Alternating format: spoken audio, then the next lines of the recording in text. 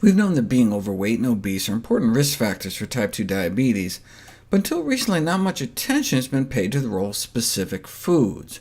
This 2013 meta-analysis of all the cohorts looking at meat and diabetes found significantly higher risk associated with total meat consumption, and especially processed meat, particularly poultry. But why?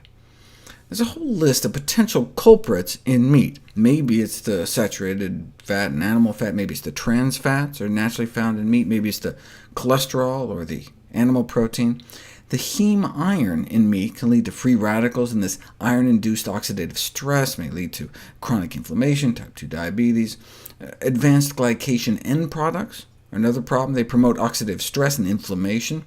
And food analyses show that the highest levels of these so-called glycotoxins are found in meat, particularly roasted, fried, or broiled meat, though any foods from animal sources can be potent sources of these pro-oxidant chemicals. In this study, they fed diabetics foods packed with glycotoxins, like chicken, fish, and eggs, and their inflammatory markers shot up. Tumor necrosis factor, C-reactive protein, vascular adhesion molecules. Thus, in diabetes, dietary AGEs promote inflammatory mediators, leading to tissue injury. The good news, though, is that restriction of these kind of foods may suppress these inflammatory effects. Appropriate measures to limit AGE intake, such as eliminating these foods or sticking to just steaming and boiling meat, may greatly reduce the already heavy burden of these toxins in the diabetic patient. These glycotoxins may be the missing link between the increased consumption of animal fat and meats and the development of type 2 diabetes in the first place. Since the 2013 meta-analysis was published, this study came out, in which about 17,000 people were followed for about a dozen years. They found an 8% increase in risk for every 50 grams of daily meat consumption. So that's just like a quarter of a chicken breast worth of meat for the entire day. It may significantly increase risk of diabetes.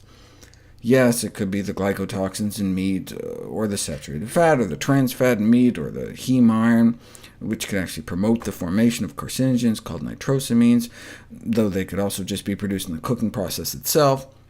But this is new. There appears to be a clear excess of diabetes in those who handle meat for a living. Maybe there's some kind of diabetes-causing zoonotic infectious agent, like viruses, present in fresh cuts of meat, including poultry. Overstimulation of the aging enzyme TOR pathway by excess food consumption may be a crucial factor underlying the diabetes epidemics. But not just any food, animal proteins may not only stimulate the cancer-promoting growth hormone IGF-1, but provide high amounts of leucine, which stimulates TOR activation and appears to burn out the insulin-producing beta cells in the pancreas and contribute to type 2 diabetes. So it's not just the high-fat and added sugars. Critical attention has to be paid to the daily intake of animal proteins. In general, lower leucine levels are only really reached by the restriction of animal proteins. As I noted before, to reach the leucine intake provided by dairy or meat, you'd have to eat like 9 pounds of cabbage, 100 apples. And these calculations exemplify the extreme differences in leucine amounts provided by a more standard diet in comparison to a more plant-based diet. I previously reviewed the role endocrine-disrupting industrial pollutants in the food supply may play in a 3-part video series. Clearly, the standard American diet and lifestyle contributes to the epidemic of diabetes and obesity, but these industrial pollutants can no longer be ignored. We now have experimental evidence that exposure to industrial toxins alone induces weight gain and insulin resistance, and therefore it may be an underappreciated cause of obesity and diabetes. Consider what's happening to our infants. Obesity in a 6-month-old is not related to diet or lack of exercise. They're now exposed to hundreds of chemicals from their moms, straight through the umbilical cord, some of which may be obesogenic, obesity-generated. Given the millions of pounds of chemicals and heavy metals released every year into the environment, it should make us all stop and think about how we live and the choices we make every day in the food we eat.